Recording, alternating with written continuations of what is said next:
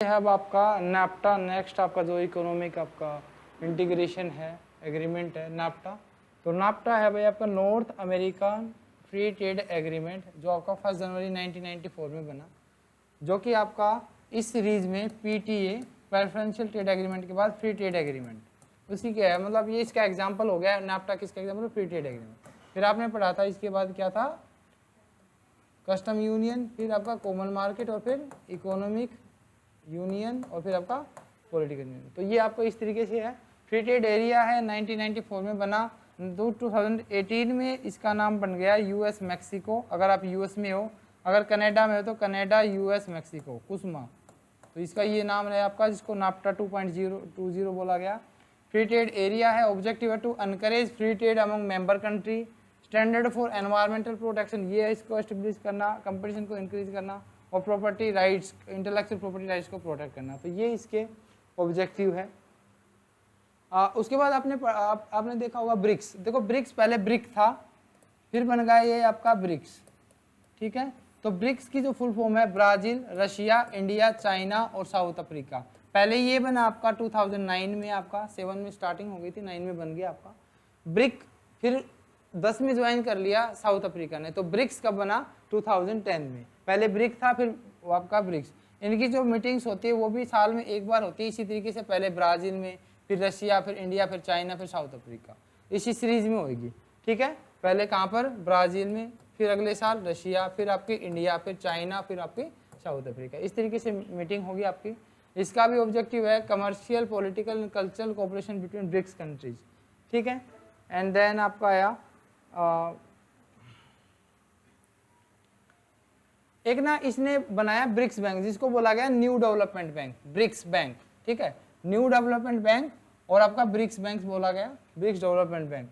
जो 2014-15 में बनाया गया, $50 बिलियन की इसमें कैपिटल लगी, शेयर जो कैपिटल थी आपकी। और इसका ऑब्जेक्टिव था इंफ्रास्ट्रक्चर डेवलपमेंट के लिए लोन देना अपनी मेंबर कंट्रीज को, ठीक है। $34 बिलियन का इन्होंने टारगेट रखा। और एक इन्होंने कहाँ से देता है, तो अगर आपसे पूछा था, इन्होंने एक रिजर्व बना रखा है, कंटीजेंट रिजर्व अरेंजमेंट, CRA। अपने CRA के फंड से ही अपने लोन देता है। The agreement was made in 2015 for the protection for global liquidity pressures. मतलब ये इन्होंने ब्रिक्स बैंक ने। अगर आपसे पूछे ना कि ब्रिक्स बैंक और ब्रिक में क्या है, देखो अभी ना एक लेटेस्ट में एक इश्यू चला हुआ है कि पाकिस्तान को मेंबर बनाया जाए। चाइना चाहता है कि ब्रिक्स का, लेकिन ब्रिक्स बैंक में ऑलरेडी मेंबर है। ब्रिक्स में आपके सिर्फ 5 है, वो चाहता है ब्रिक्स का बने। अभी जो ब्रिक्स बैंक है ना, इसमें ईरान ने भी ज्वाइन कर रखा है, बांग्लादेश ने भी कर रखा है। ब्रिक्स बैंक की बात हो रही है, किसकी? न्यू डेवलपमेंट बैंक की। ब्रिक्स में ये 5 ही कंट्री है। बाकी वो चाहता है चाइना की पाकिस्तान को ऐड किया जाए, लेकिन अभी नहीं हुआ है। कुछ ऐसा प्रपोजल होगा तब होगा। अभी तो क्या है, कोई आपसे पूछे कि ब्रिक्स में कितनी कंट्री है, तो ये 5। ब्रिक्स बैंक में तो 10 के अराउंड कंट्री है। इतनी बात याद रखना, यानी इससे ज़्यादा कंट्री है, ओके। उसके बाद आया आपके पास, ये यहाँ से अपना रिजर्व देता है ब्रिक्स में। ये वो चाहता है इस ब्रिक्स में ऐड हो। वो बैंक में तो मतलब वो कोई भी ज्वाइन कर सकता है, लेकिन ब्रिक्स में वो चाहते हैं वो। उसके बाद आया SCO, संघाई कोऑपरेशन ऑर्गेनाइजेशन। देखो एक इसमें ना ऐसे आता है कि इसका हेडक्वार्टर का, इसका बहुत इंपॉर्टेंट क्वेश्चन है ये। क्यों? जैसे लोग देखते हैं ना कि संघाई, तो संघाई देखते संघाई क्लिक कर देते हैं, लेकिन इसका हेडक्वार्टर बीजिंग में। कहाँ है आपका? बीजिंग में। ये बात याद रखोगे। संघाई और बीजिंग दोनों चाइना की जगह का नाम है, लेकिन संघाई का हेडक्वार्टर संघाई में नहीं है। कहाँ है? बीजिंग में, ठीक है। कब बना? 2001 में। और इसकी देखो कौन कौन मेंबर है। इंडिया का मेंबर बना, पाकिस्तान का मेंबर, ये इंपॉर्टेंट नहीं है, 2017 में बना था। टाइप पॉलिटिकल और इकोनॉमिकल है। 8 मेंबर कंट्री है, जो ये सारी की सारी जो इंडिया से चाइना के साथ साथ जो लगती है, जो USSR के पार्ट से डिवाइड हुई थी, कौन कौन सी है। पहले तो ना ये था आपका चाइना 1996, कजाकिस्तान 1996, किर्गिस्तान 1996, उसके बाद आया तजाकिस्तान 1996 और रशिया आपका 1996। चाइना, रशिया 1996, कजाकिस्तान, किर्गिस्तान और तजाकिस्तान 1996। तो ये बने आपके 5 कंट्री से बने, ठीक है। फिर 6 उज्बेकिस्तान ने 2001 में ज्वाइन कर लिया, 6 हो गई। 17 में इंडिया और पाकिस्तान ने ज्वाइन कर लिया, तो हो गई ना 8 कंट्री। तो SCO बना आपका 2001 में, कब? जब आपने उज्बेकिस्तान को ने ज्वाइन किया था इसको, ठीक है। पहले 5 कंट्री ग्रुप था ये, 5 में आपने याद रखना होगा India, sorry China, Russia, Tajikistan, Kazakhstan और किर्गिस्तान। उज्बेकिस्तान 2001 में ज्वाइन किया, SCO बन गया। इंडिया पाकिस्तान ने 2017 में ज्वाइन किया, ठीक है। ऑब्जर्वर कंट्री इसकी 4 है, अफगानिस्तान, बेलारूस, ईरान और मंगोलिया, ये इसकी 4 कंट्री है, ठीक है। तो बेस इसका ये याद रखना, मेंबर कंट्री कौन है, इंडिया ने कब ज्वाइन किया, हेडक्वार्टर कहाँ पे, ठीक है। इसकी जो सबमिट होती है वो एनुअली होती है, मतलब साल में एक बार होती है। इसका जो ऑब्जेक्टिव है to promote cooperation coordination against terrorism और एक्सटर्नल थ्रेट्स। देखो ये क्या है, इंडिया ने इसका बायकॉट कर दिया थोड़े टाइम पहले, मतलब इसकी मीटिंग हुई, क्यों? ये कहते हैं ये चाइना पाकिस्तान को सपोर्ट करता है, और इन्होंने क्या किया, इंडिया के जो मतलब पीछे ना जो इंडिया के फ्लैग को हटा दिया और चाइना के फ्लैग को रख दिया। तो इंडिया ने उसी वक्त ऑनलाइन वीडियो कॉन्फ्रेंसिंग चल रही थी, उसी वक्त से इंडिया ने बायकॉट कर दिया था। ये कहता है कि ये पार्शियलिटी करता है और इंडिया इस पे विचार कर रहा है कि इसको छोड़ दे, इस ग्रुप को, ठीक है। समझ में आ रहा है? बस अभी हमें पढ़ना है कि SCO का हेडक्वार्टर कहाँ है, कब बना, कौन सी कंट्री ने ज्वाइन किया तब बना। तो कौन सी थी? उज्बेकिस्तान, ठीक है। इंडिया ने कब ज्वाइन किया? 2017। बस इतना बहुत है इसके बारे में, ठीक है। एक और बहुत इंपॉर्टेंट है, ये लार्जेस्ट जोग्राफिकल एरिया है, क्यों? क्योंकि इसमें चाइना आ गया, बड़ा है, रशिया भी आ गया, उसके बाद उज्बेकिस्तान, ये सारे छोटे छोटे, इंडिया भी आ गया। तो इसे largest on the basis of geographical, और पॉपुलेशन तो देखो इंडिया चाइना आ रहा है तो पॉपुलेशन भी आएगा, और पाकिस्तान रहा, पॉपुलेशन तो यही है ना सारी, तो ये सारा का सारा ये हो गया, ठीक है। एक आया बिम्स्टेक, ये भी आपका इंपॉर्टेंट है। बिम्स्टेक आपका 1997 में बना, बे ऑफ बंगाल, जो बंगाल की खाड़ी के साथ जितने भी देश है वो, for multi sectoral technical and economic cooperation, BIMSTEC इसका नाम रखा गया। 7 मेंबर कंट्रीज है, कौन कौन सी? Bangladesh, India, Myanmar, Sri Lanka, Thailand, Bhutan, Nepal, सारी जो ये बंगाल की खाड़ी से किसी न किसी तरीके से अटैच है। नेपाल भूटान ऊपर, इंडिया नीचे, बीच में आ गया, साइड में आपके बांग्लादेश आ गया, म्यांमार आ गया, थाईलैंड आ गया, नीचे श्रीलंका ले आओ।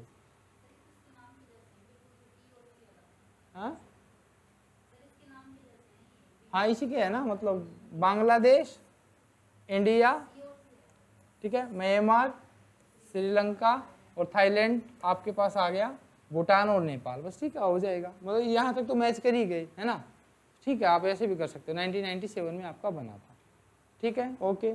और इसका हेडक्वार्टर आपका जैसे ढाका बांग्लादेश में है, 14 सेक्टर को कवर करता है, आपको ये नहीं करने, ठीक है। बस ऐसे बताने के लिए है कि कौन किस में है, तो बस आपको बस ऐसे ही ध्यान रखना है कि 14 सेक्टर में काम किया है। और 4 साल में मीटिंग होती है, 18 में होती है, 22 में श्रीलंका में होनी है, ये नहीं, श्रीलंका में फाइनेंशियल क्राइसिस चल रहा है। एक आया आपका G7 G8, इतने काम के नहीं है, फिर भी आपका देखो G7 पहले G8 था, रशिया इसे एग्जिट हो गया तो G7 बन गया। जो IMF के अकॉर्डिंग जो 7 लार्जेस्ट इकोनॉमी है ना, उसके ग्रुप है। क्या इसका इंडिया मेंबर है? तो आप कहोगे नहीं, G7 का इंडिया मेंबर नहीं है। 7 जो लार्जेस्ट इकोनॉमी वो है, जिसमें आपके पास आ गया Canada, France, Germany, Italy, Japan, UK, USA। Russia था लेकिन अभी नहीं है, 1975 में बना, कोई ज़्यादा इंपॉर्टेंट नहीं है। इसी तरीके से आपका है G20, ये जो आपकी डेवलपिंग इकोनॉमी है, जो सेंट्रल गवर्नमेंट और सेंट्रल बैंक्स के जो गवर्नर है उनका फॉर्म है ये, ठीक है। 19 जो कंट्रीज होगी और एक EU, इंडिया इसका मेंबर है, 1999 में बना, इंडिया इसका मेंबर है। इंडिया किसका मेंबर नहीं है? सिर्फ G7 8 का मेंबर नहीं है, ठीक है। G5 का बिल्कुल इंडिया मेंबर है, इनफॉर्मल ग्रुप है, किसका? आपका ये 5 लार्जेस्ट इमर्जिंग इकोनॉमीज का, जिसमें ब्राजील भी है ना emerging, China, India, Mexico, south Africa. Formation 2005 में हुई। एंड लास्ट आपका G15 इनफॉर्मल ग्रुप है आपका, ये कोऑपरेशन ट्रेड विद WTO और G7 जेनेवा में है, 1989 में बना, और इस भी इंडिया इसका भी मेंबर है, ठीक है। इतना बात याद, इतना इंपॉर्टेंट नहीं है। इसी तरीके से APEC जो एशिया पैसिफिक इकोनॉमिक कोऑपरेशन 1989 में बना, बॉब हाइके इसका फाउंडर है, और इकोनॉमिक इसका टाइप है 21 मेंबर कंट्रीज है, इंडिया इसका मेंबर नहीं है APEC का, ठीक है। तो इंडिया देख लिया आपको किसका मेंबर, ये काम का नहीं आपका APEC, आप भी पढ़ने लग जाओ, ठीक है, IB के पॉइंट ऑफ व्यू से। एक आया, आप देखो कुछ फाइनेंशियल इंस्टीट्यूशंस है, एशियन डेवलपमेंट बैंक, जैसे आपने IMF पढ़ा, वर्ल्ड बैंक पढ़ा, उसी तरीके से एशियन कंट्रीज का आपका कौन सा है, एशियन डेवलपमेंट बैंक, जो कि यूएसए, जापान, चाइना, इंडिया ने स्पॉन्सर करके बैंक बनाया। देखो ये क्या है, ये आपका एक कमीशन बना था, European commission for Asia and for east. तो क्वेश्चन आता है एडीबी किसकी रिकमेंडेशन बना, तो किसकी बना था, इकापे, याद रखना, ये आता है इकापे किससे रिलेटेड है, एडीबीसी से। किसकी रिकमेंडेशन बना, इकापे से, ऐसे बोलना है। ऑब्जेक्टिव इकोनॉमिक डेवलपमेंट करना मेंबर नेशंस का, 1996 में आपका ये बन गया था, ठीक है। मल्टीलेटरल डेवलपमेंट बैंक है, मतलब बहुत सारे सेक्टर्स में काम करता है। हेडक्वार्टर मनीला फिलीपींस में है। मेंबरशिप 68 कंट्रीज के पास है। बोर्ड ऑफ गवर्नेंस इसके फंक्शन करता है। हाईएस्ट जो शेयर है इसमें जापान का है, कितना 15.67%, यूएसए 15.56, चाइना 6.4 और इंडिया का 6.3, लार्जेस्ट 4th पे आ गया, ठीक है। चाइना ने सबसे ज़्यादा लोन ले रखा है। जितनी बड़ी इकोनॉमी होगी ना उसके उतने ही ज़्यादा लोन होंगे। आपको ये बताओ दुनिया के सबसे ज़्यादा डेट किसने ले रखे हैं, सबसे बड़ी इकोनॉमी आपको क्या लगती है, यूएस से। तो आंसर भी क्या आएगा, तो जितनी बड़ी इकोनॉमी होगी उतने उसके ज़्यादा डेट मिलते हैं, मतलब इस तरीके से। चाइना इस तरीके की कंट्री है, अपने फंड को दूसरों को लोन उधार में दे दिया, और बड़े बड़े ऑर्गेनाइजेशन में कुछ पहले पार्टिसिपेट किया, बहुत लार्ज अमाउंट वहाँ से उठा लेते हैं। बहुत ही अच्छी पॉलिसी अडॉप्ट करता है चाइना। चाइना एक रिवॉल्यूशन है, ऐसे मत समझना कि बहुत प्लान के साथ काम करता है, ठीक है। वहाँ पर लड़ाई नहीं होती रिलीजन के बेस पे, वहाँ पर बहुत अच्छे से चलता है सब। मतलब ऐसा नहीं कि वहाँ पर बस डेमोक्रेसी है, नहीं, नाम मात्र की डेमोक्रेसी, और वो है बस शी जिनपिंग है तो है, और कोई नहीं है, ठीक है। ओके, उसके बाद आया 2 तरीके के लोन देता है भाई ये, एक तो सॉफ्ट लोन पुअर कंट्रीज को, और हार्ड लोन देता है मिडिल कंपनी को। हार्ड का मतलब इंटरेस्ट रेट चार्ज करेगा ये मार्केट से, ठीक है। और इसका जो देता है, इसके जो सोर्सेज होता है वो ओसीआर से देता है, ऑर्डिनरी कैपिटल रिसोर्सेज से ये अपनी फंडिंग करता है। लास्ट मेंबर कंट्री न्यू 2019 में बनी, और इसका जो लोन होता है इंडिया को infrastructure solar power development through PP, public private partnership के थ्रू इसको लोन मिला इंडिया को, ठीक है। एक और बैंक बना भाई, ये भी बड़ा इंपॉर्टेंट है, चाइना इसका बड़ा प्रमोटर है, AIIB, Asian infrastructure investment bank. कब बना, तो 2016 में। हाईएस्ट क्रेडिट रेटिंग एजेंसी है वर्ल्ड में, रीजनल इन्वेस्टमेंट बैंक है। हेडक्वार्टर इसका भी बीजिंग चाइना में है, और जिन लीक्वेन इसका चेयरमैन है। 76 कंट्री है, अथॉराइज कैपिटल 100 बिलियन। ये है आपकी पेड अप आपकी 20%, और इसकी मीटिंग आपकी वंस इन ईयर होती है। और इंडिया भी इसके रिप्रेजेंट करता है, डीजे पांडियन इसका रिप्रेजेंटेटिव है। वोटिंग राइट देखो चाइना के पास सबसे हाईएस्ट है, और इंडिया सेकंड लार्जेस्ट कंट्रीब्यूटर है, तो 8.72। AIIB में चाइना का सबसे बड़ा 31.02, और उसके बाद इंडिया का 8.72% है, ठीक है। और मालदीव का सबसे कम है, ठीक है। तो ये थे आपके भाई इकोनॉमिक इंटीग्रेशन। अब आपको देखो आपके सिलेबस में जो डायरेक्टली लिख रखे हैं ना उस पर फोकस करना है। सिलेबस देखना, आपके सिलेबस में लिख रखा है ये सार्क, आसियान और नाफ्टा, EU, ये दे रखे हैं आपके सिलेबस में, मेनली 5 दे रखे हैं।